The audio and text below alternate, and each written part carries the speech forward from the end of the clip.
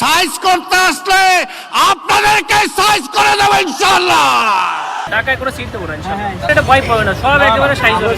ওই জামাত না কোন দল, এটা থেকে একজন প্রার্থী হয়েছে, 3 দিন আগে নাকি বক্তব্য দিছে যে উনি তো আছে ঢাকার সব সিট বিএনপি নাকি সাইজ করে দিব।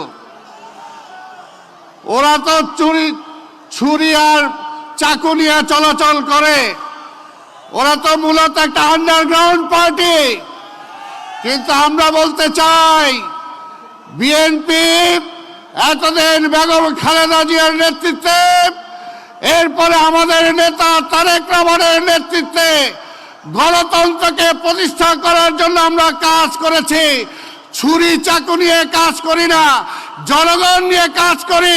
সাইজ করতে আসলে আপনাদেরকে সাইজ করে দেব ইনশাআল্লাহ। বিএনপি অত ফেলনা পার্টি না।